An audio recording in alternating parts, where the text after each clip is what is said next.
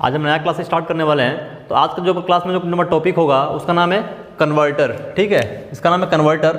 और कन्वर्टर क्या होता है कि यह एसी को डीसी में या फिर डीसी को एसी में कन्वर्ट करने वाला है। ठीक है, तो इसको स्टार्ट करने से पहले आपको बता दें हम कि अगर आप आईटीआई कर रहे हैं, ठीक है, या फिर आप आईटीआई कर चुके हैं, गवर्नमेंट जॉब की आप तैयारी कर रहे हैं, तो उन दोनों के लिए जो भी स्टूडेंट हैं जो आईटीआई कर रहे हैं या फिर जो आईटीआई कर लिए हैं, उन दोनों लोगों के लिए जो हमारी क्लासेस चल रही हैं ये उनके लिए काफ़ी बेनिफिशियल है, बहुत ही लाभदायक है। क्योंकि आप आईटीआई सेमेस्टर या ईयरली एग्जाम देंगे, उसमें भी यहाँ से क्वेश्चन देखने को मिलेगा आपको, या फिर आप जो तैयारी करें गवर्नमेंट जॉब की, ठीक है, वहाँ से भी इसमें से क्वेश्चन आपको देखने को मिलेगा। और बिल्कुल हम डिटेल में और बेसिक से स्टार्ट करके यहाँ से हम चीज़ें आपको पढ़ा रहे हैं, प्रोवाइड करा रहे हैं। तो आप इस चीज़ को ध्यान से पढ़िए, ठीक है, और कंटिन्यूस इसको बनाए रखिए, देखते रहिए। ठीक है, तो शुरू करते हैं कन्वर्टर। तो कन्वर्टर के बारे में हम इसको स्टार्ट करने से पहले बताएंगे कि कन्वर्टर क्या है। कन्वर्टर एक ऐसी युक्ति है, ऐसी डिवाइस है जो एसी को डीसी में या फिर डीसी को एसी में कन्वर्ट करती है। ठीक है, तो आजकल हम जिससे बात करें इलेक्ट्रॉनिक्स जितने भी डिवाइसेस हैं हमारे, जैसे आपका टीवी हो गया, रेडियो हो गया, ठीक है, या फिर आपका मोबाइल फ़ोन वगैरह हो गया, इन्वर्टर हो गया, बहुत सारी चीज़ें हैं जो क्या होती हैं कि सिर्फ और सिर्फ डीसी पे चलती हैं, एसी पे वो ऑपरेट नहीं होती हैं। अगर बात करें पूरे वर्ल्ड लेवल में तो सबसे अधिक जो करंट हमारी यूज होती है वो एसी करंट होती है। लेकिन फिर भी डीसी की भी कुछ अपनी आवश्यकताएं हैं। जैसे आपको बैटरी चार्ज करना हो गया तो आप किससे चार्ज करोगे, उसके लिए आपको डीसी सप्लाई चाहिए। तो इन सब चीज़ों को देखते हुए हमने क्या किया, एक रेक्टिफायर या फिर कन्वर्टर का हमने निर्माण किया, जो क्या करेगा एसी को डीसी में या फिर डीसी को एसी में अपनी आवश्यकता अनुसार इसको क्या करेगा, चेंज करेगा, कन्वर्ट करेगा। तो जो हमारा पहला पॉइंट है इस कन्वर्टर का, उसका नाम है रोटरी कन्वर्टर। क्या है, रोटरी कन्वर्टर। तो रोटरी कन्वर्टर क्या है कि एक तरह का कन्वर्टर है, इसमें क्या होगा, मूविंग पार्ट होगा, घूमने वाला भाग होगा, इसलिए इसका नाम पड़ गया रोटरी। यह एक घूर्णी होगा, यह घूमेगा, रोटेट करेगा, इसलिए इसका नाम पड़ गया घूर्णी या फिर रोटरी कन्वर्टर। अब ये क्या करेगा, यह जो भी हमें आवश्यकता होगी, हमें अपनी आवश्यकता अनुसार, अगर हमें चाहिए डीसी तो क्या करेगा, एसी को डीसी में कन्वर्ट कर देगा। या फिर अगर हमारे पास डीसी पहले से मौजूद है और हमें चाहिए एसी सप्लाई, तो फिर यह एसी को डीसी में क्या करेगा, कन्वर्ट, या फिर डीसी को एसी में कन्वर्ट कर देगा, इसलिए इसका नाम पड़ गया क्या, कन्वर्टर। तो यहाँ ध्यान दीजिएगा, कन्वर्टर क्या हुआ, एसी टू डीसी, या आप कह सकते हो डीसी टू एसी। कन्वर्टर के द्वारा आप डीसी को एसी में या फिर एसी को डीसी में किसी भी यूनिट में आप इसको कन्वर्ट कर सकते हो। ठीक है, अब बात करें कि जब हमें लेना होता है अगर डीसी सप्लाई, उसके लिए हम क्या करते हैं, कम्यूटेटर लगाते हैं। जब हमें चाहिए एसी तो उसके लिए हम क्या करते हैं, स्लिप रिंग लगाते हैं। और ये जो हमारा कन्वर्टर होता है ना, ये अधिक मात्रा में हाई लेवल पे हमें डीसी जनरेट करने के लिए यूज करते हैं। जैसे आपका इन्वर्टर भी क्या करता है, वो भी आपको डीसी जनरेट कर देता है। ठीक है, आपका रेक्टिफायर है, वो भी क्या करता है, एसी को डीसी में कन्वर्ट कर देता है। तो ये जो आपका रेक्टिफायर हो गया, डायोड हो गया, ये सब क्या करेंगे, ये सब आपके छोटे लेवल पे बहुत कम मात्रा में डीसी को प्रोवाइड करते हैं, जनरेट करते हैं। लेकिन हमें अधिक मात्रा में डीसी चाहिए, मान लो हमें चाहिए 500 वोल्ट पे डीसी चाहिए, 500 वोल्ट पे हमें डीसी चाहिए, तो क्या करेंगे हम रेक्टिफायर से इसको डीसी में कन्वर्ट नहीं कर पाएंगे एसी को। ठीक है, उसके लिए हमें क्या करना पड़ेगा, हमें कन्वर्टर की जरूरत पड़ेगी। और कन्वर्टर भी कई तरह के होते हैं, मोटर जनरेटर सेट है, ठीक है, मेटल रेक्टिफायर है, आपका रोटरी कन्वर्टर है, इस तरह के कई सारे कन्वर्टर हैं जिनकी सहायता से हम क्या करेंगे कि अधिक मात्रा में डीसी को उत्पन्न करेंगे, जनरेट करेंगे। ठीक है, तो जो हमारा कन्वर्टर है इसमें दो तरह की चीज़ें होती है। अगर आपको अगर एसी से डीसी में कन्वर्ट करना है, उसके लिए हम यूज करेंगे कम्यूटेटर। क्या यूज करेंगे, कम्यूटेटर यूज करेंगे। कब, जब हम एसी को डीसी में यूज करना होगा तब। आपने इसका एग्जांपल पढ़ा होगा, जब पढ़ रहे थे डीसी जनरेटर, वहाँ पे क्या कर रहे थे वहाँ पे हम कम्यूटेटर लगा रहे थे आउटपुट में डीसी प्राप्त करने के लिए। ठीक है, अगर हमें इस डीसी को एसी में कन्वर्ट करना होगा, डीसी को एसी में कन्वर्ट करना होगा, तब हम क्या करेंगे, तब हम यूज करेंगे स्लिप रिंग का। किसका, स्लिप रिंग का हम यूज करते हैं डीसी को एसी में कन्वर्ट करने के। इस पॉइंट का ध्यान रखिएगा, ये भी क्वेश्चन पूछा जाता है। ठीक है, कि अगर हमें एसी को डीसी में कन्वर्ट करना है तो किसका यूज करेंगे, उसके लिए हम कम्यूटेटर यूज करेंगे, या फिर डीसी को हमें एसी में कन्वर्ट करना होगा तो हम स्लिप रिंग का यूज करेंगे। अब अपनी आवश्यकता अनुसार जैसे हमें चाहिए होगा उसके अकॉर्डिंग क्या करेंगे, चीज़ों को वहाँ पर लगाएंगे और आउटपुट प्राप्त करेंगे। ठीक है, तो अब देखते हैं रोटरी हमारे दो तरह के होते हैं कन्वर्टर में, एक होता है सिंगल फेज और एक होता है 3 फेज रोटरी कन्वर्टर। ठीक है, तो सिंगल फेज रोटरी कन्वर्टर में क्या होता है कि इसमें एक मशीन होती है, इसमें एक डीसी मशीन होती है। आप डीसी मशीन कहने का मतलब यह कि आप शंट जनरेटर या फिर कंपाउंड जनरेटर के तौर पे इसको ले सकते हो। ठीक है, जो क्या करेगा, एक मशीन है जिसको आप शंट जनरेटर या फिर कंपाउंड जनरेटर की तरह यूज करते हो, ठीक है। वो क्या करेगा, उसको एकदम यांत्रिक ऊर्जा दे दें किसी भी तरह से, या फिर उसको डीसी सप्लाई दे दें, और उसके दोनों शाफ्ट पर, उसका जो शाफ्ट होगा उस पर एक तरफ हम लगा दे कम्यूटेटर और एक तरफ लगा दे स्लिप रिंग। ध्यान दीजिएगा, ये जो हमारा पॉइंट है ये क्या हमारा, ये कम्यूटेटर, और ये जो इधर लगा हुआ है ये हमारा स्लिप रिंग है, स्लिप रिंग, ठीक है। और ये हमारा क्या है, एक शंट जनरेटर हो सकता है या फिर कंपाउंड जनरेटर हो सकता है, जो क्या करेगा, जो डीसी जनरेट करेगा या फिर एसी जनरेट करेगा, अब जैसे हमें चाहिए होगा उसके अकॉर्डिंग। तो जो हमारा बेसिकली जो जनरेटर होता है क्या करता है, वो जनरेट करता है जो हमारा ईएमएफ कैसा जनरेट करता है, वो एसी जनरेट करता है। आप डीसी मोटर की बात करें या फिर डीसी जनरेटर की बात करें या अल्टरनेटर की बात करें, सब में जो हमारा ईएमएफ होता है वो कैसा होता है, वो अल्टरनेटिंग टाइप का होता है, एसी प्रकार का होता है। किसकी बात कर रहे हैं, ईएमएफ की। तो हमने एक यूज़ किया डीसी जनरेटर, जो शंट या कंपाउंड कोई भी हो सकता है, ठीक है, हमने मान लिया। तो जो हमारा जनरेटर है उसका एक शाफ्ट होगा, एक शाफ्ट का पहला पॉइंट इधर है और दूसरा पॉइंट इसका क्या है, इस पॉइंट पे है। हमने क्या किया है कि इस शाफ्ट के एक तरफ लगा दिया क्या, कम्यूटेटर, और एक तरफ लगा दिया हमने स्लिप रिंग, ठीक। अब अगर हमें चाहिए होगा डीसी, तो हम क्या करेंगे, इसको हम सप्लाई देंगे एसी। हमने इसको सिंगल फेज सप्लाई एसी दिया है इसके शाफ्ट, इस पॉइंट पे स्लिप रिंग के द्वारा, यहाँ लगा स्लिप रिंग। अब क्या होगा, जब स्लिप रिंग को देंगे हम सप्लाई एसी, तब इस पे मोटर में जाएगी सप्लाई, तो क्या होगा, ये स्टार्ट होगा, घूमना शुरू करेगा, ठीक। अब क्या करेगा, जब ये घूमना शुरू करेगा तब क्या करेगा, एक अल्टरनेटिंग यानी कि एसी टाइप का ईएमएफ जनरेट करेगा, उत्पन्न करेगा। फिर अब हमें चाहिए होगा डीसी, तो हम क्या किया, हमने क्या किया है कि यहाँ पे इसके शाफ्ट के दूसरे साइड पे, शाफ्ट के दूसरी ओर क्या किया है, हम एक कम्यूटेटर लगा रखा है, जो क्या करेगा, जो एसी ईएमएफ प्रोड्यूस हो रहा है उसको क्या करेगा, डीसी में कन्वर्ट कर देगा। तो हमने क्या किया, पहले सप्लाई दिया एसी, आउटपुट क्या मिला हमें, आउटपुट हमें डीसी मिल गया। या इसका अपोजिट, हम अगर सप्लाई दे दें इसको डीसी, इसको हम सप्लाई डीसी दे दें, और फिर क्या होगा, जब इसको सप्लाई डीसी देंगे तब ये हमारा मूव करना शुरू करेगा, घूमना शुरू करेगा। जब इसका शाफ्ट घूमेगा तो यहाँ पे क्या होगा, एक ईएमएफ प्रोड्यूस होगा, कहाँ पे, इसके रोटर पे, क्योंकि इसमें बाइंडिंग होती है रोटर पे, आर्मेचर बाइंडिंग। और आर्मेचर बाइंडिंग में क्या होता है, हमारा ईएमएफ इलेक्ट्रोमोटिव फोर्स प्रोड्यूस होता है, उत्पन्न होता है, ठीक है। अब जो हमारा ये स्लिप रिंग है क्या करेगा, स्लिप रिंग इस रोटर से या इसके आर्मेचर बाइंडिंग से क्या करेगा, डायरेक्ट ईएमएफ को लेके क्या करेगा, हमारे आउटपुट सर्किट को प्रोवाइड करा देगा, दे देगा। तो ये काम है हमारा रोटरी कन्वर्टर का, जो क्या करता है कि एसी को डीसी में या फिर डीसी को एसी में परिवर्तन करता है, बदलता है। अब इसमें क्या होता है, इसमें क्या करते हैं कि इसके बाइंडिंग में से ना, इसके बाइंडिंग से 180 डिग्री पे, कितने डिग्री पे, 180 डिग्री पे हम दो टैपिंग्स निकालते हैं। 180 अंश पर इसके बाइंडिंग में से दो टैपिंग निकालते हैं। और दो टैपिंग का मतलब क्या होता है, जो हमारी बाइंडिंग की गई होती है ना, उस बाइंडिंग में से हम किसी मिड पॉइंट से एक अलग कनेक्शन निकाल लें, उसी को हम बोलते हैं टैपिंग करना। जैसे यहाँ ध्यान दीजिएगा, जैसे हमारा एक ट्रांसफार्मर है, ठीक है, ये हमारी प्राइमरी बाइंडिंग है और ये हमारी क्या है, ये हमारी सेकेंडरी बाइंडिंग है, ठीक है। अब हमने क्या किया कि इसके जो हमारी सेकेंडरी बाइंडिंग है, इसके किसी एक पॉइंट से हमने क्या किया, एक अलग कनेक्शन ले लिया है, एक हमने कनेक्शन निकाल लिया। इसी को क्या बोलते हैं, इसी को हम टैपिंग कहते हैं। तो हमने क्या किया है कि स्लिप रिंग के लिए हमने दो टैपिंग किया है, कितने डिग्री पे, 180 डिग्री पे। और उन्हीं दो टैपिंग्स पे, उन्हीं दो पॉइंट पे हमने क्या किया है, स्लिप रिंग को स्थापित कर दिया है, जो क्या करेगा, डीसी को एसी में कन्वर्ट करेगा, ठीक है। तो ये इसकी वर्किंग है। तो यहाँ पॉइंट नोट कीजिएगा, ये पॉइंट नोट करने वाला है कि रोटरी कन्वर्टर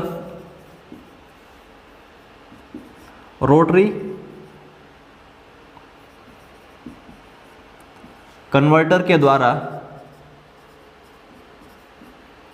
द्वारा एसी को डीसी में तथा डीसी को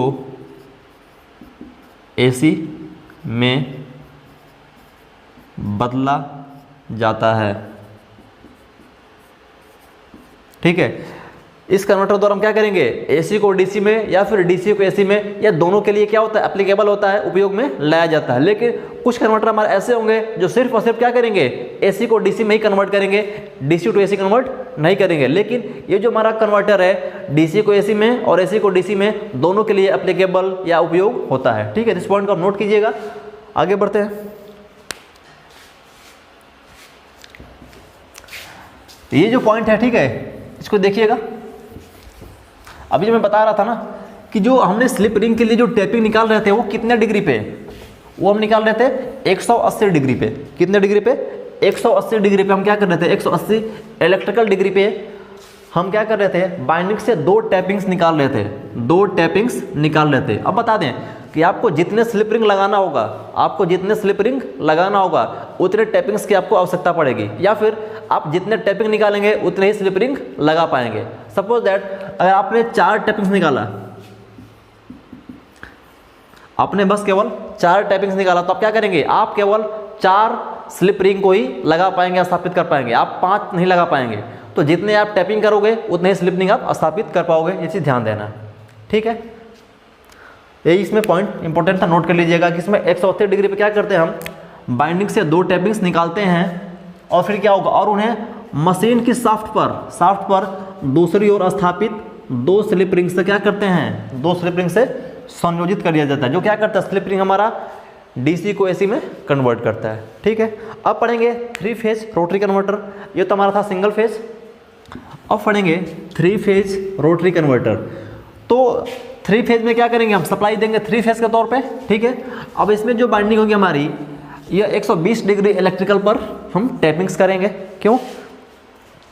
क्योंकि जो हमारी टोटल जो बाइंडिंग होती है ना, टोटल जो हमारी होती है वो 360 डिग्री 360 डिग्री पे हमारा होता है। ठीक है, अब जितने नंबर ऑफ पोल होंगे या फिर जितने डिग्री पे हमें करनी होगी उतने का डिवाइड कर देंगे, तो एक बाइंडिंग के लिए या एक टैपिंग्स के लिए क्या होगा, हमें एंगल यहाँ से मिल जाएगा। ठीक है, तो इसमें क्या होता है कि इसमें एक आर्मेचर पे वेव बाइंड किया जाता है।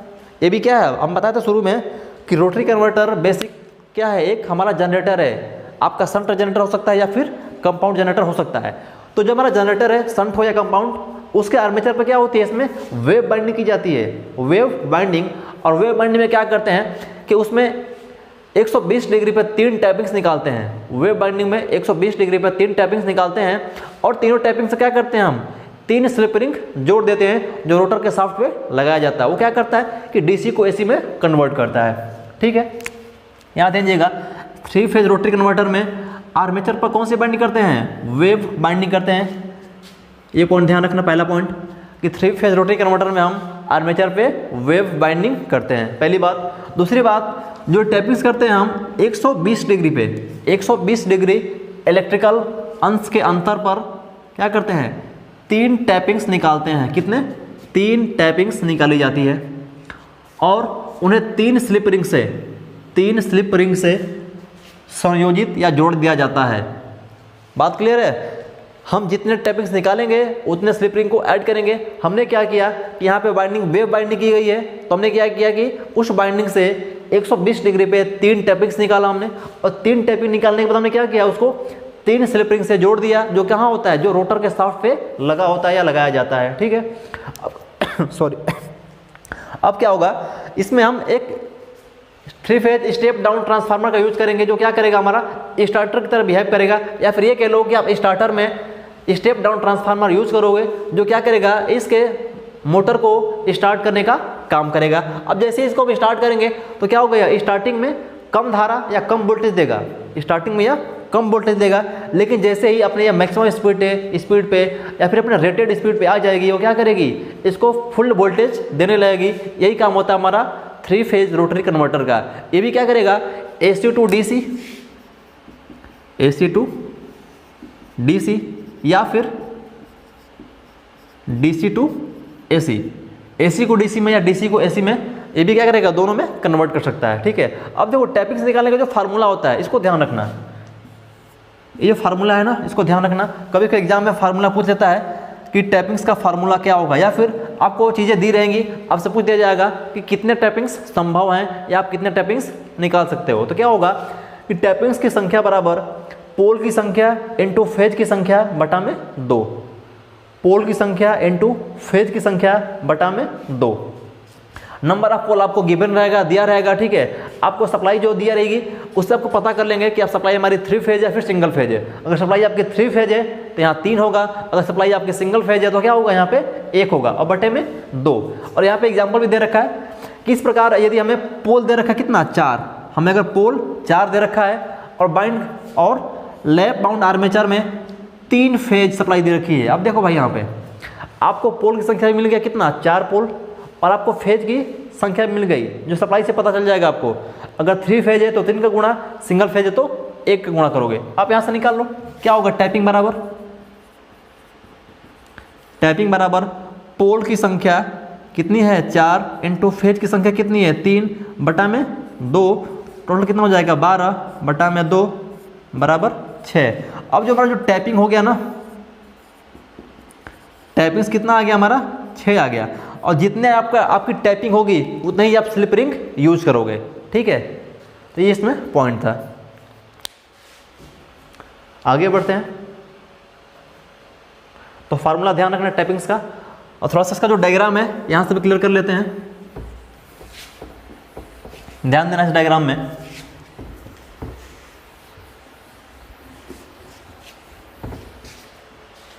यहां ध्यान दीजिएगा, ये हमारा क्या है, एक स्टार्टर है जिसमें क्या लगा होता है, स्टेप डाउन ट्रांसफार्मर लगा होता है। तो यहाँ पे हम सप्लाई कौन सी देंगे, 3 फेज एसी देंगे, क्योंकि क्यों, ये जो हमारा कन्वर्टर है 3 फेज रोटरी कन्वर्टर है, ठीक। अब यहाँ हमारी जो सप्लाई है डीसी सप्लाई है।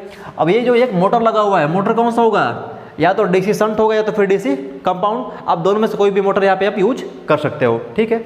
अब ये लगा है इधर डैम्पर बाइंडिंग, और डैम्पर बाइंडिंग काम क्या होता है, डैम्पर बाइंडिंग का काम ये होता है कि अगर कभी भी मोटर के रोटर पर ऑक्सीलेशन यानी कि दोलन या हंटिंग या फेज स्विंगिंग, सब एक ही नाम है, मैंने पढ़ाया था जब सिंक्रोनस मोटर, उसमें पढ़ाया था ये चीज़ आपको, कि डैम्पर बाइंडिंग क्यों करते हैं, कि डैम्पर बाइंडिंग इसलिए करते हैं कि किसी भी मोटर के रोटर पे जो हंटिंग होता है या जो दोलन उत्पन्न होता है उसको बोलते हैं फेज स्विंगिंग, उसको कम करने के लिए, उसमें कंपन को कम करने के लिए हम क्या करते हैं, डैम्पर बाइंडिंग यूज करते हैं, ठीक है। तो हमने कर रखा है यहाँ डैम्पर बाइंडिंग, ताकि इसके रोटर पे कोई ऑक्सीलेशन या दोलन या हंटिंग का स्वभाव ना हो, इसमें ज़्यादा वाइब्रेशन ना हो, ठीक है। अब देखिए यहाँ शंट बाइंडिंग है, तो चूंकि यहाँ पे शंट बाइंडिंग है तो मोटर आपकी अगर कंपाउंड रहेगा तभी शंट बाइंडिंग होगी, शंट मोटर रहेगा तभी आपका शंट बाइंडिंग तो रहेगा ही रहेगा, ठीक है। अब देखो वर्किंग कैसे होता है इसका, हमने यहाँ पे सप्लाई दिया 3 फेज एसी, ठीक। अब कहाँ जाएगा, ये हमारा स्लिप रिंग है, ये जो पॉइंट है स्लिप रिंग हमारा ये है, और ये हमारा क्या है, ये जो पार्ट है हमारा क्या है, कम्यूटेटर है, कम्यूटेटर। अब हमने क्या किया, इसको 3 फेज सप्लाई एसी दिया, इसके बाद ये सप्लाई कहाँ जाएगा, स्लिप रिंग पे। स्लिप रिंग किससे जुड़ा होता है, रोटर के आर्मेचर बाइंडिंग से जुड़ा होता है, ठीक है। अब आर्मेचर में जो करंट जाएगी तो क्या होगा, वहाँ पे एक ईएमएफ प्रोड्यूस होगा जो इसके क्या करेगा, रोटर को मूव कराएगा, घुमाएगा।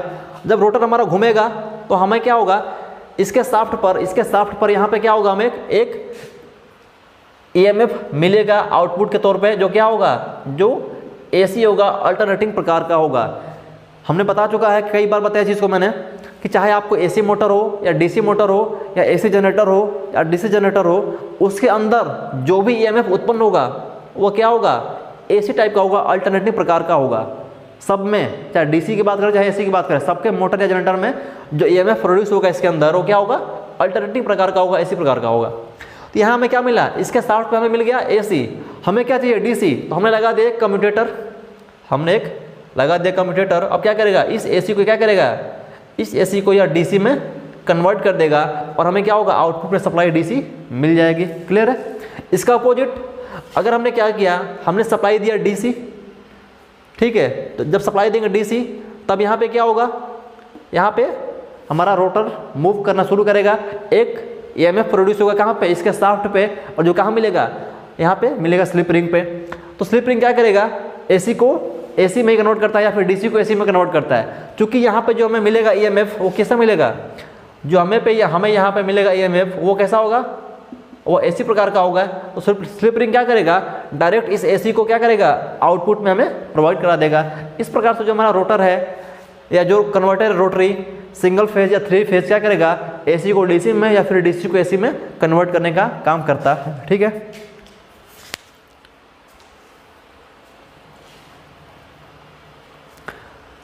अब जो हमारा नेक्स्ट पॉइंट है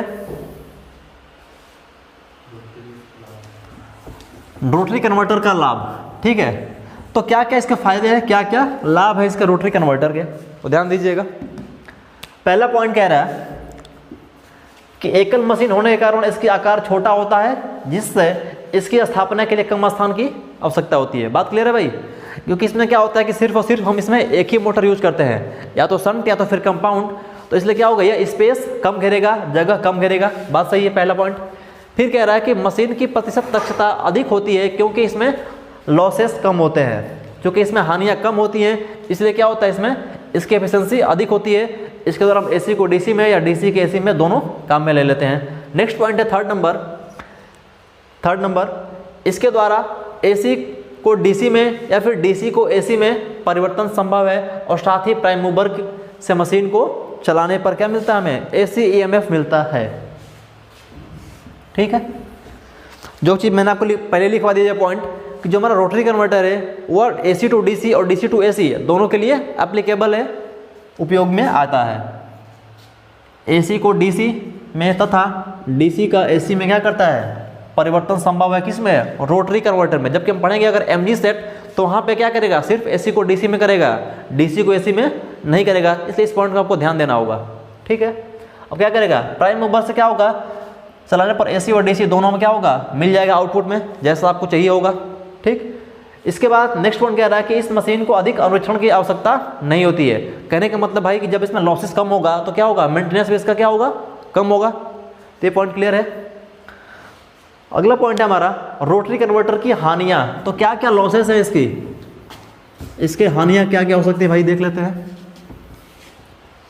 ये जो है, इस मशीन में इनपुट तथा आउटपुट सप्लाई एक ही आर्मेचर संयोजित होने के कारण क्या होगा, एक दूसरे से आइसोलेट या पृथकृत नहीं हो पाएगा। जब भाई अभी हम देखें डायग्राम, जो हमारा ये था ना शाफ्ट, इसका जो हमारा शाफ्ट बना हुआ था इसके रोटर का, इधर में क्या लगा हुआ था, इधर हमारा था लगा हुआ था कम्यूटेटर, और इसके इस साइड क्या लगा हुआ था, इसके इस साइड हम लगा रखा था एक स्लिप रिंग लगा रखा था भाई, 3 फेज या फिर सिंगल फेज का। तो हमने क्या देखा था कि इसके एक ही शाफ्ट पे एक तरफ लगा था कम्यूटेटर और एक तरफ स्लिप रिंग, जो कि दोनों कनेक्शन एक ही शाफ्ट पे होता है, इसलिए क्या करते हैं, इसको हम आइसोलेट या अलग नहीं कर सकते, क्योंकि ये एक ही शाफ्ट पे जुड़ा हुआ है। ये पॉइंट कह रहा था ये। नेक्स्ट कह रहा है कि यदि इस मशीन को डीसी से चलाकर एसी उत्पन्न की जाए तो इसकी दक्षता कम होगी। ठीक है भाई, इस पॉइंट को ध्यान देना। यदि हम इसको इनपुट में दें डीसी और आउटपुट में क्या मिले, आउटपुट में हमें एसी मिले, तब इसकी जो क्षमता है, एफिशिएंसी क्या होगी, घट जाएगी, कम हो जाएगी। ठीक है, अगला जो पॉइंट है हमारा, अब वो होगा एमजी सेट या मोटर जनरेटर सेट। ठीक है, तो इस प्रकार का जो कन्वर्टर हमारा एमजी सेट, इसमें क्या होता है कि एक मोटर और एक जनरेटर होता है, इसलिए इसका नाम पड़ गया क्या, एमजी सेट। एम का मतलब क्या, मोटर और एक जनरेटर, तो एम से आपका एम हो गया मोटर का और जी का आपका हो गया जनरेटर, इसलिए इसका नाम पड़ गया क्या, एमजी सेट। तो इसमें क्या होता है कि इसमें एक मोटर और एक जनरेटर का कॉम्बिनेशन होता है। हम दोनों को एक साथ क्या करते हैं, एक कपलर के द्वारा उनके शाफ्ट को कपल्ड कर देते हैं, जोड़ देते हैं। इस प्रकार से हमारा एक एमजी सेट क्या हो जाता है, बन के तैयार हो जाता है, जो क्या करता है, एसी को डीसी में कन्वर्ट करता है। अब कैसे करेगा एसी को डीसी में, ठीक है, तो इसमें क्या होगा कि एक इसमें सिंगल फेज या 3 फेज क्या होगा, इंडक्शन मोटर होगा, और एक शंट या कंपाउंड क्या होगा, डीसी मोटर होगा। ध्यान देना इस पॉइंट को। ठीक है, यहाँ पर लिख रखा होगा, मैं आपको अंडरलाइन करता हूँ, उस पॉइंट को आप नोट कर लेना। ठीक है, एक सिंगल फेज, ध्यान देना, इसमें क्या होगा, एक सिंगल फेज अथवा एक 3 फेज मोटर। इस पॉइंट को नोट करना भाई। हम जो बात कर रहे हैं मोटर और एक जनरेटर का क्या है, कॉम्बिनेशन है, सेट है। तो मोटर कौन कौन सा हो सकता है, तो पहले बात करें मोटर की, तो मोटर में आपका या तो सिंगल फेज या फिर 3 फेज हो सकता है, वो भी कौन सा, इंडक्शन मोटर होता है। यहाँ पे कौन सा, इंडक्शन मोटर, ध्यान देना,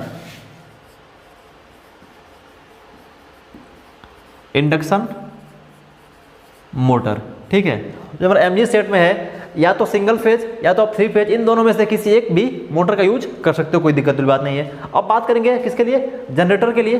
तो इसमें क्या होगा, एक शंट या एक कंपाउंड, इन दोनों में से किसी को आप यूज कर सकते हो। एक शंट अथवा एक कंपाउंड जनरेटर या जनरेटर का क्या होता है, कॉम्बिनेशन होता है, संयुक्त रूप होता है।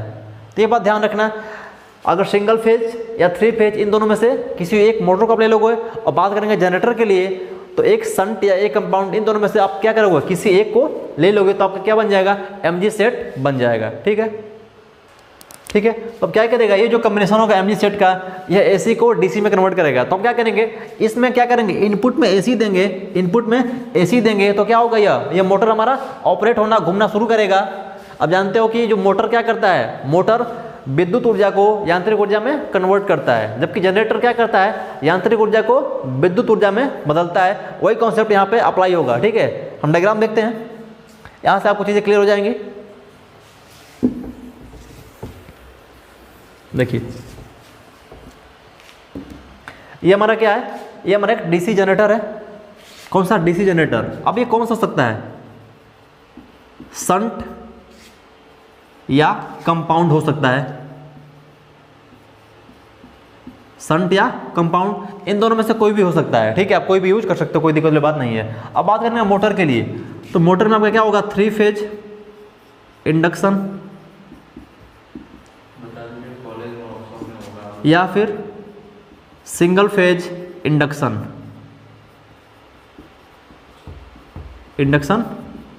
मोटर। ठीक है, आप मोटर के तौर पे 3 फेज इंडक्शन या सिंगल फेज ले सकते हो, कोई दिक्कत वाली बात नहीं है। अब बात करें जनरेटर के केस में, तो यहाँ पे संट या कंपाउंड, इन दोनों में सब किसी को लेके एक कॉम्बिनेशन सेट बना सकते हो जो कहलाएगा mg सेट। ठीक है, और ये डायग्राम आप देख रहे हो ना, आपके वर्कशॉप में होगा, आप जिस कॉलेज में पढ़ते हो आप देखिएगा वर्कशॉप में mg सेट लगा होगा आपके वर्कशॉप में, वहाँ आप जाके उसको प्रैक्टिकल कर सकते हो, और हमने प्रैक्टिकल करवा के दिखाया भी है यूट्यूब पर। ठीक है, तो आप यहाँ से देखें, ये हमारा क्या है, मोटर और हमारा जनरेटर। अब क्या करेंगे, इसके मोटर के इनपुट में हम सप्लाई देंगे एसी, हमारा आर वाई और ये बी, ये 3 पॉइंट है भाई, आर वाई बी। हम क्या करेंगे, यहाँ पे इसको हम 3 फेज सप्लाई देंगे एसी, तब क्या करेगा, एक मोटर है, इसको एकदम देंगे इलेक्ट्रिकल एनर्जी, तो क्या करेगा, या मैकेनिकल एनर्जी यानी कि यांत्रिक ऊर्जा को जनरेट करेगा। जैसे इसको सप्लाई देंगे हम, इसका जो रोटर है ना, ये वाला, इसका जो रोटर है यह घूमना शुरू करेगा, इसका जो रोटर है यह घूमना शुरू करेगा। अब जब ये घूमेगा तो ये क्या, हमारा एक कपलर है, कपलर है जो क्या किया है, जनरेटर के शाफ्ट को और मोटर के शाफ्ट को दोनों क्या किया, कपल कर दिया है, एक साथ जोड़ दिया है। जब सप्लाई देंगे इसको एसी, तो क्या होगा, इसका जो रोटर है यह घूमेगा, मूव करेगा। जब इसका रोटर मूव करेगा तो जो हमारा ये वाला रोटर है जनरेटर का, ये भी क्या होगा, ये भी हमारा घूमना शुरू करेगा। और जनरेटर क्या करता है, आप किसी भी जनरेटर को आप घुमा दो, उसको यांत्रिक ऊर्जा दे दो, तो क्या करेगा, वो विद्युत ऊर्जा उत्पन्न कर देगा। इस प्रकार से हमारा जो जनरेटर है, इसका रोटर क्या होगा, घूमने लगेगा, मूव करने लगेगा। ठीक, अब जब मूव करेगा तो क्या करेगा, यह एक विद्युत ऊर्जा जनरेट करेगा, जो कैसा होगा तो कैसा, एसी टाइप का, कैसा, एसी होगा। क्यों, क्योंकि जो इसमें ईएमएफ प्रोड्यूस होगा वो कैसा होगा, अल्टरनेटिंग प्रकार का होगा। लेकिन क्या करेंगे, हम इसके शाफ्ट पे क्या करेंगे, इस साइड में एक लगा रहते हैं कम्यूटेटर, क्या लगा रहते हैं, कम्यूटेटर, जो क्या करेगा, इस एसी को क्या करेगा, इस एसी को डीसी में कन्वर्ट कर देगा, और हमें क्या होगा, फाइनली आउटपुट पे डीसी मिल जाएगी। तो हमने क्या देखा कि जो हमारा mg सेट है, क्या किया, इनपुट लिया एसी, हमें आउटपुट क्या दिया, आउटपुट हमें दिया डीसी। इस प्रकार ये जो हमारा कन्वर्टर है mg सेट, यह एसी को डीसी में कन्वर्ट करता है। ठीक है, इसमें कुछ पॉइंट है, मैं उसको लिखवा दे रहा हूँ, नोट कीजिएगा।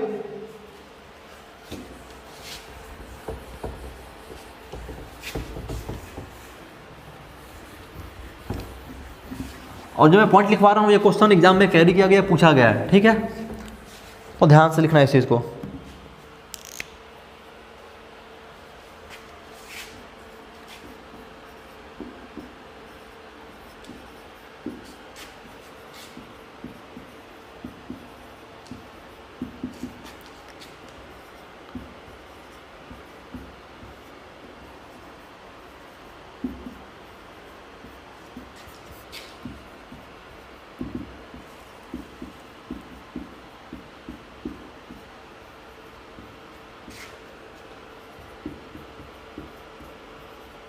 ठीक है, मतलब जो पहला पॉइंट है कि mg सेट में यानी कि मोटर जनरेटर सेट में क्या होती है, दक्षता अधिक होती है, जो इसकी एफिशिएंसी है, क्षमता है, वो क्या होगी, अधिक होगी, और जो हानियाँ होंगी क्या होंगी, ये कम होगी। और ये क्वेश्चन एग्जाम में कई बार पूछा गया है, आपके ITI के एग्जाम में या फिर कोई भी आप जब गवर्नमेंट एग्जाम तैयारी कर रहे हो उसमें भी ये क्वेश्चन किया गया है। UPPCL या UP आर्मी, आप कोई भी पेपर से उठा के देखो, वहाँ पे क्वेश्चन आपको देखने को मिल जाएगा। ठीक है, जो सेकेंड पॉइंट है mg सेट के बारे में, तो एमजी सेट में क्या होगा कि इसकी जो हम बात करेंगे शक्ति की, शक्ति इसकी क्या होगी, शक्ति इसकी कम होगी, या अधिक शक्ति के लिए यूज नहीं किया जा सकता है। या फिर जो हमारा एमजी सेट है इसके द्वारा, एमजी सेट के द्वारा केवल एसी को डीसी में बदला जा सकता है, बदला जा सकता है। ठीक है भाई, एमजी सेट के द्वारा क्या करते हैं, सिर्फ और सिर्फ एसी को डीसी में कन्वर्ट कर सकते हैं, डीसी को एसी में नहीं कर सकते। इस पॉइंट को नोट कर लेना, ये पॉइंट भी एग्जाम में पूछा गया। दोनों पॉइंट क्या है, बहुत ही इंपॉर्टेंट है। ठीक है, तो एमजी सेट के द्वारा क्या होता है कि सिर्फ और सिर्फ एसी को डीसी में कन्वर्ट करेगा, ठीक है, या डीसी को एसी में कन्वर्ट नहीं कर सकता। और जो पहला पॉइंट है इसकी दक्षता अधिक होती है और हानियाँ कम होती है। इसको आप नोट डाउन कर लीजिएगा अपने कॉपी में। ठीक है, आगे बढ़ते हैं।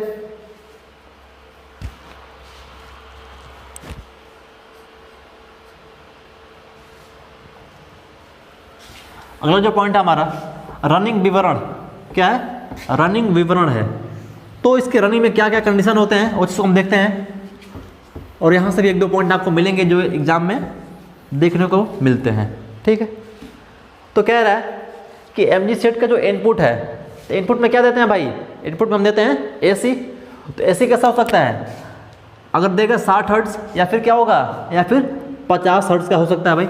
जनरली जो हमारी एसी होती है अल्टरनेटिंग करंट वो कैसी होती है, वो 50 हर्ट्ज की होती है हमारे इंडिया में। ठीक है, और बाकी जो अदर कंट्री हैं जैसे अमेरिका वगैरह, वहाँ भी कभी कहीं 60 हर्ट्ज भी देखने को मिलता है, क्योंकि हमारे यहाँ जो उपकरण है उतने अच्छे नहीं है, इसलिए हम 60 हर्ट्ज पे सप्लाई को ऑपरेट नहीं कर सकते। क्या होंगे, उपकरण हमारे नष्ट हो जाएंगे। ठीक है, तो 60 हर्ट्ज या 50 हर्ट्ज पे क्या होते हैं, हमने एसी देते हैं इनपुट के तौर पे।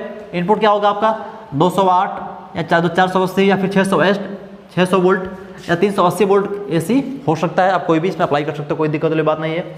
अब जो उसकी जो रेटिंग होती है किस में होती है, रेटिंग केवीए में होती है। कहाँ तक, 500 केवीए तक के मोटर को हम इसमें यूज कर सकते हैं। यानी कि मोटर जनरेटर सेट में हम जो मोटर यूज करेंगे वो 500 केवीए तक क्या करेंगे, यूज कर सकते हैं। फिर कह रहा है वोल्टेज परास प्लस 15 से 30%, यानी कि जो इसमें जो वोल्टेज का जो उतार चढ़ाव होगा या जो वोल्टेज का वेरिएशन होगा वो 15 से 30% तक क्या होगा, ऊपर नीचे उतार चढ़ाव इसके वोल्टेज में होगा। ये बात कह रहा है। तो इसका बात होगी, इनपुट की बात होगी। अब बात करेंगे एमजी सेट के आउटपुट की। तो आउटपुट में क्या होगा कि आउटपुट तो क्या हमें मिल रहा है, क्या डीसी मिल रहा है ना, आउटपुट हमें डीसी मिल रहा है। तो डीसी में मैक्सिमम कितने वोल्ट तक मिलती है भाई, 220 वोल्ट तक। ठीक है, तो डीसी में क्या होगा, हमें वोल्टेज 220 वोल्ट मिलेगा, जो क्या होगा आउटपुट में मिलता है। ठीक, अब वोल्टेज क्या है, 10% समंजनशील। समंजनशील कहने का मतलब क्या, 10% वोल्टेज में उतार चढ़ाव को एडजस्ट कर सकता है, 10% वोल्टेज को उतार चढ़ाव को एडजस्ट कर सकता है। रिकवरी टाइम, यानी कि जो वोल्टेज लॉसेज होगा उसको क्या करेगा, 0.5 सेकेंड में क्या करेगा, इसको कवर कर लेगा, उसको पुनः प्राप्त कर लेगा। नेक्स्ट जो पॉइंट है वोल्टेज रेगुलेशन। वोल्टेज रेगुलेशन कितना होगा, 0.5%, यानी कि वोल्टेज जो फ्लक्चुएशन होगा कम अधिक उसको क्या करेगा, यह मेंटेन किया रहेगा, जिसमें कितना होता है 0.5% क्या होता है हमारा वोल्टेज रेगुलेशन होता है एमजी सेट के अंदर। ठीक है, अब इसमें एक और पॉइंट है उसको मैं लिखवा देता हूं। जो हमारा एमजी सेट है ना, एमजी सेट आप जानते हैं कि हम इसमें मोटर कौन सा यूज करते हैं, इसमें जो हमारा मोटर होता है वो कौन सा होता है, इंडक्शन मोटर। और इंडक्शन मोटर में दो तरह की वाइंडिंग होती हैं, एक होती है स्क्वायरल केज और एक होती है वाउंड रोटर। ठीक है, तो जनरली क्या होता है कि हम एमजी सेट में स्क्वायरल केज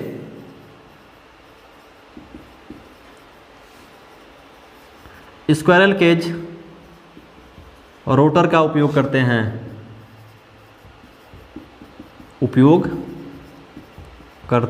ठीक है, इस पॉइंट को आप नोट डाउन कर लीजिएगा। ये क्वेश्चन में एग्जाम पूछा गया है कि एमजी सेट में जो हम रोटर यूज करते हैं वो कैसा होता है, वो होता है हमारा स्क्वायरल केज रोटर होता है मोटर जनरेटर सेट में, जो इंडक्शन मोटर में लगा होता है। ठीक है, आगे कर चलते हैं।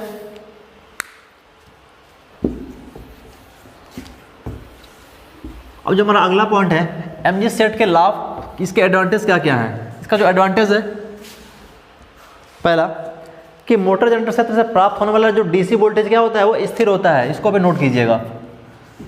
जो हमारा जो डीसी वोल्टेज मिलता है ना आउटपुट पे एमजी सेट के द्वारा क्या होता है वो स्थिर रहता है, कांस्टेंट रहता है, इसमें वेरिएशन देखने को नहीं मिलता है। पहला पॉइंट हो गया। और एसी वोल्टेज में होने वाले परिवर्तन से लाभ क्या होता है, अप्रभावित होता है, यानी जिसमें कोई वेरिएशन देखने को नहीं मिलेगा, कांस्टेंट रहेगा। नेक्स्ट पॉइंट, डीसी वोल्टेज को शंट फील्ड रेगुलेटर के द्वारा क्या करेंगे, आवश्यकता अनुसार बढ़ाया जा सकता है। क्योंकि हम यूज कर रहे हैं शंट शंट जनरेटर, तो क्या करेंगे उसमें शंट फील्ड बाइंडिंग को क्या करेंगे, रेगुलेट करके उसके वोल्टेज को हम कम अधिक कर सकते हैं, बढ़ा घटा सकते हैं। नेक्स्ट पॉइंट है, विद्युत धारा की आवश्यकता के अनुसार क्या करेंगे, जनित्र प्रयोग किया जा सकता है या कई सौ एम्पियर तक होता है। यानी कि जैसी हमें करंट चाहिए, जितनी मात्रा में चाहिए, हमें अधिक चाहिए कम चाहिए, उसके अकॉर्डिंग हम क्या करेंगे, अलग अलग प्रकार के मोटर या जनरेटर का यूज कर लेंगे और विभिन्न प्रकार के क्या करेंगे, हम करंट को जनरेट करेंगे, उत्पन्न कर सकते हैं। ठीक है, अगला पॉइंट है हमारा 4th नंबर, कह रहा है कि एमजी सेट में अनुरक्षण, दोष एवं अन्वेषण आसानी से क्या कर सकते हैं, इसमें दोष वगैरह फॉल्ट कम मिलता है देखने को।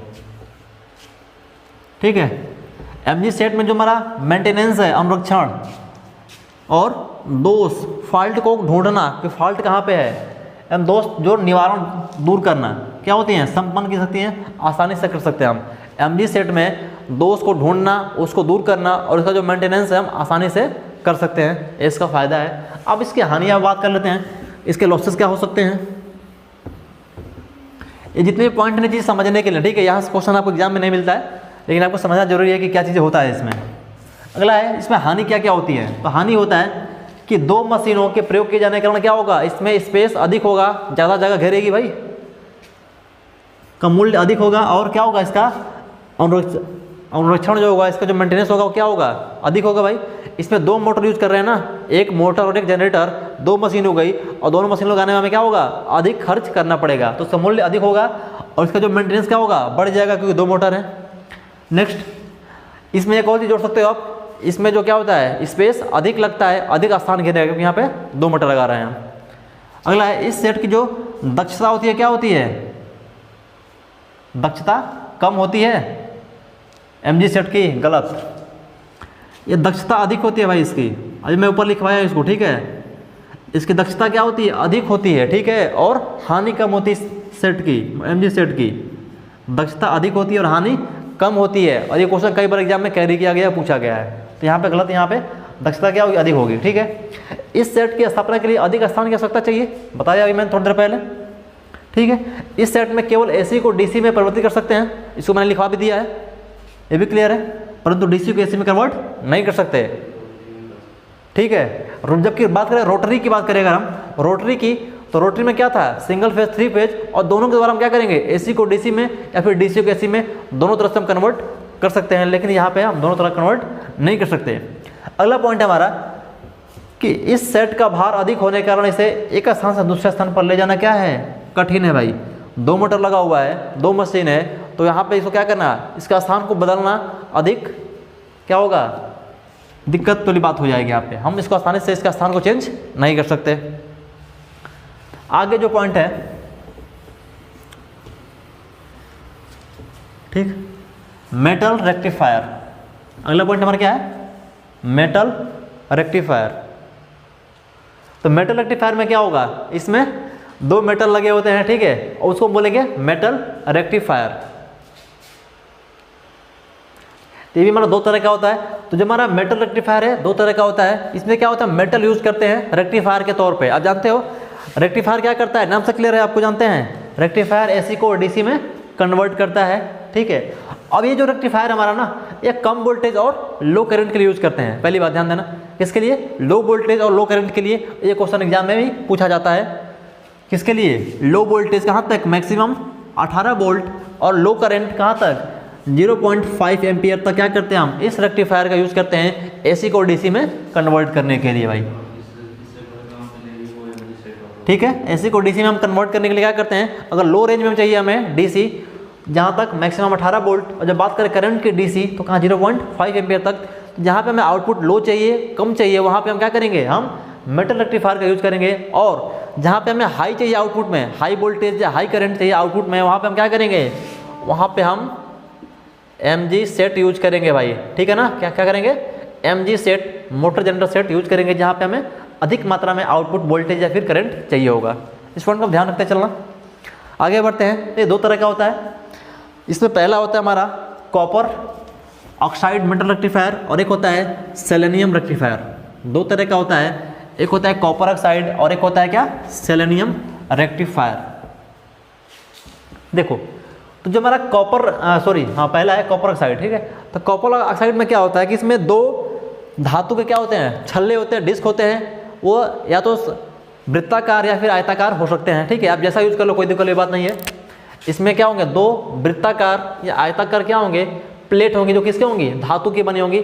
जो बड़ी प्लेट होगी ना, जो बड़ी प्लेट है वो किसकी होगी, तांबे की बनी होती है। किसकी, तांबे की बनी होती है। अब क्या करते हैं, इसको हम 1000 डिग्री सेंटीग्रेड पर, 1000 डिग्री सेंटीग्रेड पर इसको हम हीट करते हैं, गर्म करते हैं, और फिर क्या करते हैं, इसको बाहर यानी कि खुली जगह पे रख देते हैं। और क्या करता है, जब खुली जगह पर रख देंगे इसको, ये क्या होगा, वायु के वातावरण से क्या होगा, यह ऑक्सीकरण हो जाएगा और अपने ऊपर एक लेयर बना लेगा, जो क्या बन जाएगा, हमारा बन जाएगा कॉपर ऑक्साइड का लेयर। इसको क्या करते हैं हम 1000 डिग्री सेंटीग्रेड तक गर्म करते हैं, और गर्म करने के बाद इसको वायु में खुला छोड़ देते हैं ठंडा होने के लिए। जब ठंडा होगा तो क्या होगा, इस पर एक वायु का परत जम जाएगा, वायु का एक लेयर जम जाएगा। जब धीरे धीरे ठंडा होगा तो क्या होगा, तांबे की सतह पर एक कॉपर ऑक्साइड CuO का क्या बन जाएगा, लेयर बन जाएगा, जिसके नाम पे क्या पड़ गया, हमारा copper oxide metal rectifier. Copper oxide इसलिए क्योंकि इसमें कॉपर की धातु यूज कर रहे हैं, रिंग यूज कर रहे हैं। ऑक्साइड इसलिए क्योंकि इसको हम क्या कर रहे हैं, इस पर एक ऑक्सीजन का लेयर चढ़ा रहे हैं, इसलिए बन गया कॉपर ऑक्साइड। अब चूंकि हमारा कॉपर क्या है, एक मेटल है, इसलिए इसका नाम पड़ गया कॉपर ऑक्साइड मेटल रेक्टिफायर, ठीक है। अब क्या होगा, इस माइन पर चढ़ जाती है, ठीक है।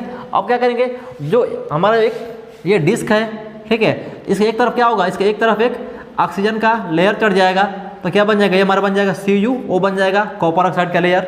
और जो इसका एक साइड है, दूसरा साइड है, इसको क्या करेंगे हम, इसको रासायनिक क्रिया के द्वारा साफ करेंगे, इसको बिल्कुल प्लेन स्मूथ कर देंगे, और क्या करेंगे, एक छोटे आकार के लेड पर नट बोल्ट से कस देंगे। हमारा क्या बन जाएगा, हमारा कॉपर ऑक्साइड मेटल रेक्टिफायर बन के क्या होगा, कंप्लीट और तैयार हो जाएगा। ये इसकी वर्किंग है। इसमें ध्यान देना, यहाँ से क्या पूछ सकता है, यहाँ से पूछ सकता है इसमें जो हम यूज करते हैं मेटल, उसका आकार कैसा होता है, तो वृत्ताकार या आयताकार। कितने प्लेट यूज करते हैं, तो 2 प्लेट यूज करते हैं, ठीक है। इसके बाद क्या पूछ सकता है, इसके बाद ये पूछ सकता है इसको कितने डिग्री टेम्परेचर तक हम इसको गर्म करके रखते हैं। कितने डिग्री तक, 1000 डिग्री सेंटीग्रेड तक इसको हम गर्म करते हैं। क्यों गर्म करते हैं, ताकि वायु के संपर्क में जाए और ठंडा होकर क्या करे, अपने ऊपर ऑक्सीजन का एक लेयर बना दे। तब क्या हो जाएगा, कॉपर ऑक्साइड का एक रेक्टिफायर बन के कंप्लीट तैयार हो जाएगा, ठीक है। अब अगला जो हमारा है सेलेनियम रेक्टिफायर। क्या है, सेलेनियम रेक्टिफायर। इसमें क्या होगा, इसमें हम सेलेनियम नामक एक धातु की यूज करते हैं। अब इसमें भी क्या होगा, इसमें भी 2 धातु प्लेटें होंगी, जो क्या होगा, एल्युमिनियम की बनी होगी। जो हमारी इसमें जो प्लेट होंगी वो एल्युमिनियम की बनी होगी। और इसमें क्या करेंगे हम, इसमें हम सेलेनियम नामक अर्धचालक या अचालक कह लो, उसका एक लेयर चढ़ा देते हैं। इस तरह से नाम पड़ गया सेलेनियम रेक्टिफायर। क्या पड़ गया, सेलेनियम मेटल रेक्टिफायर। इसमें जो हमारी धातु की डिस्क होती है वो किसी, इसमें भी 2 यूज करते हैं, लेकिन जो आकार होती है वृत्ताकार और आयताकार होती है, ठीक है। अब इसमें जो धातु यूज करते हैं किसका होता है, वो होता है हमारा एल्यूमिनियम का। बड़ी प्लेट किसकी होगी, एल्यूमिनियम की होगी, ठीक। अब क्या करेंगे, इसमें इसके प्लेट के ऊपर ऊष्मीय प्रक्रिया के द्वारा, ऊष्मा के द्वारा क्या करेंगे हम, एक सेलेनियम नामक कुचालक पदार्थ का क्या करेंगे, एक पतली लेयर चढ़ा देंगे, परत चढ़ा देंगे। तब क्या होगा, हमारा सेलेनियम रेक्टिफायर बन के क्या होगा, कंप्लीट हो जाएगा। और क्या करेंगे, इसको हम इस रेक्टिफायर को क्या करेंगे, एक नट बोल्ट के द्वारा क्या करेंगे, कस देंगे। तब फाइनली क्या होगा, हमारा ये AC को DC में कन्वर्ट करने के लिए क्या होगा, रेक्टिफायर बन के कंप्लीट हो जाएगा, तैयार हमारा हो जाएगा, ठीक। अब जो सबसे जो लास्ट पॉइंट कह रहा है ना, ये क्वेश्चन एग्जाम में पूछा जाता है कि कॉपर ऑक्साइड रेक्टिफायर या फिर सेलेनियम रेक्टिफायर में सबसे अधिक दक्षता किसकी अधिक होती है, या सबसे अधिक एफिशिएंसी किसकी अधिक होती है। तो ध्यान देना, यहाँ पे इसको नोट कर लेना आप। Copper rectifier, copper oxide rectifier की तुलना में, कॉपर ऑक्साइड रेक्टिफायर की तुलना में क्या होगा, सेलेनियम रेक्टिफायर। सेलेनियम रेक्टिफायर की जो दक्षता होगी क्या होगी, वो अधिक होगी। इस पॉइंट को आप नोट डाउन कर लेना, क्योंकि ये पॉइंट क्या है, इंपॉर्टेंट है और यहाँ से क्वेश्चन एग्जाम में पूछा जाता है कि इन दोनों में से किसकी एफिशिएंसी दक्षता क्या होती है, अधिक होती है। तो किसकी, कॉपर की तुलना में क्या होगी, सेलेनियम जो है ना इसकी दक्षता अधिक होगी। इसको आप ध्यान देना, ठीक है। तो फाइनली हमारा ये पॉइंट रेक्टिफायर का खत्म हो गया। अब कुछ इंपॉर्टेंट पॉइंट रह गए जिसको मैं अभी आपको नोट डाउन करा देता हूँ, जो आपका एमजी सेट में रह गया था, ठीक है। जो आपका एमजी सेट में मोटर जनरेटर सेट में आपको कुछ पॉइंट रह गया था, उसको आप नोट डाउन कर लीजिए, क्योंकि ये क्वेश्चन कभी कभी एग्जाम में पूछा जाता है, ठीक है।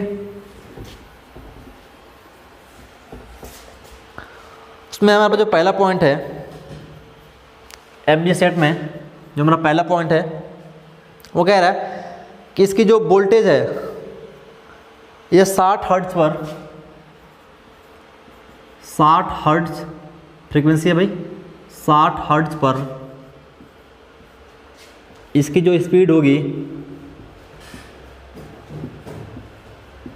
60 हर्ट्ज पर इसकी स्पीड 1800 आरपीएम तथा 50 हर्ट्ज पर 1200 आरपीएम होती है, 1200 आरपीएम होती है। हम किसकी बात करें, हम बात करें इनपुट की, एसी की बात कर रहे हैं, यानी कि इंडक्शन मोटर की बात करें। किसके लिए ये बात हो रहा है, हमारा मोटर के लिए, एसी के लिए, ठीक है। हमारा इंडक्शन मोटर है या उसके लिए बात हो रहा है कि अगर फ्रिक्वेंसी 60 हर्ट्ज है तब उसमें जो हमारे मोटर की जो स्पीड होगी क्या होगी, वो 1800 आरपीएम होगी। अगर फ्रिक्वेंसी हमारी 50 हर्ट्ज है, 50 हर्ट्ज है, उस समय जो हमारा मोटर होगा इंडक्शन मोटर, उसकी जो स्पीड क्या होगी, वो होगी हमारी 1200 आरपीएम, ठीक है। अब जो हमारा नेक्स्ट पॉइंट है, तो नेक्स्ट पॉइंट में है इसका जो परिवेश तापमान, परिवेश कहने का मतलब कि इसके आसपास जो टेम्परेचर होगा, परिवेश तापमान ये होता है 0 से 40 डिग्री सेंटीग्रेड। परिवेश कहने का मतलब कि जहाँ आपका लगा हुआ है सेट ना, आपका जहाँ पे मोटर जनरेटर सेट लगा हुआ है उसके चारों तरफ, उसके आसपास जो उसका जो टेम्परेचर होगा एरिया का, वो क्या होगा, 0 से 40 डिग्री सेंटीग्रेड होता है, ठीक है। अब जो हमारा थर्ड पॉइंट है आर्द्रता, ठीक है। जो इसकी ह्यूमिडिटी होती है, आर्द्रता होती है, यह होता है 0 से 90%। आर्द्रता ये होती है 0 से 90%। आर्द्रता कहने का मतलब कि इसके आसपास जो नमी मौजूद होती है वो कितनी होती है, 0 से 90% तक की होती है, ठीक है। नेक्स्ट पॉइंट जो हमारा है, जब ये हमारा चलता है ना, जब हमारा मोटर जनरेटर ऑपरेट होता है, चलता है, तो क्या करता है, ये शोर कितना करता है, 90 डीबी, यानी कि डीबी का मतलब क्या, डेसिबल,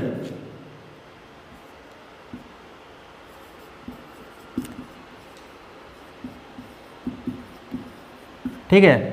डेसिबल एक इकाई है जो क्या करता है, शोर को मेजरमेंट करता है कि कितनी बेल या कितनी डेसिबल की हमारी शोर जनरेट हो रही है, कितना शोर यहाँ पे मौजूद है, साउंड, ठीक है। ये मोटर जब चलती है, आपका जो एमजी सेट जब चलता है तो क्या करता है, 90 डीबी यानी कि 90 डेसिबल का शोर या साउंड उत्पन्न करता है, ठीक है। इस पॉइंट को भी आप नोट कर लीजिएगा। तो ये जितने भी पॉइंट हैं सबके सब क्या है, इंपॉर्टेंट पॉइंट है, और यहाँ से क्वेश्चन जनरली देखने को एग्जाम में मिलता है। और ये किसके लिए है, ये हमारा एमजी सेट के लिए है, एमजी सेट के लिए, मोटर जनरेटर सेट के लिए, ठीक है। एक पॉइंट मैं और लिखवाऊंगा, नोट करके लिखिएगा कि जो आपका एमजी सेट है ना, सॉरी एमजी नहीं, मेटल रेक्टिफायर, मेटल रेक्टिफायर आपका जो है, मेटल रेक्टिफायर, ये इसका जो ग्राफ होगा, ये जो डिवाइस होगी, कैसी होगी, लीनियर कि नॉन लीनियर। मेटल रेक्टिफायर क्या होगी, अरेखीय, यानी कि नॉन लीनियर डिवाइस है, नॉन लीनियर डिवाइस या उपकरण है। आपको जो मेटल रेक्टिफायर है कैसा है, यह अरेखीय यानी कि नॉन लीनियर उपकरण है, क्योंकि आप जानते हो इसमें क्या आ गया, रेक्टिफायर, और रेक्टिफायर का मतलब क्या, डायोड। तो जितने भी आपके डायोड है, ट्रांजिस्टर हैं, सब क्या हैं, सबके सब नॉन लीनियर हैं, अरेखीय हैं। इसका जब ग्राफ खींचोगे ना तो सीधी रेखा नहीं मिलेगी, जबकि आपका जो हो गया आर, एल और सी, ये क्या है आपके, ये आपके लीनियर यानी कि रेखीय युक्ति हैं, इनका आप जब ग्राफ खींचोगे रेजिस्टेंस, इंडक्टेंस और कैपेसिटेंस का ये आपके लीनियर डिवाइस में आ जाएंगे। तो ये भी क्वेश्चन पूछा जाता है कि जो मेटल रेक्टिफायर है ये कैसा डिवाइस है, लीनियर या फिर नॉन लीनियर। तो क्या है आपका नॉन लीनियर यानी कि अरेखीय पदार्थ है। ठीक, ये पहला पॉइंट हो गया। एक पॉइंट और नोट करना, एक होता है आपका मरकरी आर्क रेक्टिफायर, हिंदी में लिख देता हूं मरकरी आर्क रेक्टिफायर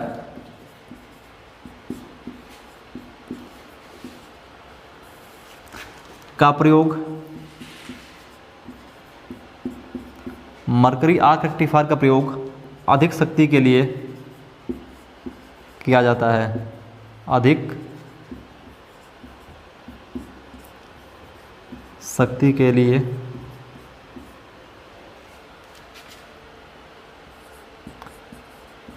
किया जाता है। ठीक है, तो ये जो पॉइंट है जो सेकंड नंबर है इसको ध्यान देना, ये भी कई बार एग्जाम में पूछा गया है कि जब का मरकरी आर्क रेक्टिफायर है इसका प्रयोग कहाँ होता है, जहाँ पे हमें अधिक मात्रा में अधिक पावर की आवश्यकता होगी वहाँ पे क्या करेंगे हम, वहाँ पे हम मरकरी आर्क रेक्टिफायर का यूज करेंगे। लेकिन इसी का जस्ट अपोजिट अगर हम बात करें उसका मेटल रेक्टिफायर का, ठीक है, किसकी बात करें, मेटल रेक्टिफायर का, या फिर आपका MG सेट की बात करें हम, तो वहाँ पे क्या होगा, वहाँ पे अधिक क्षमता के लिए हम इसका यूज करते हैं। ठीक है, तो जितने भी इंपॉर्टेंट पॉइंट है इस चैप्टर सबके मैंने लिखवा दिया है और आई थिंक ये आपको पसंद आएगा। ठीक है, और इसको 2 बार 3 बार आपको जितना रिवाइज करेंगे उतना ही आपके लिए बेनिफिशियल होगा। फिर मिलेंगे अगले चैप्टर के साथ। Thank you.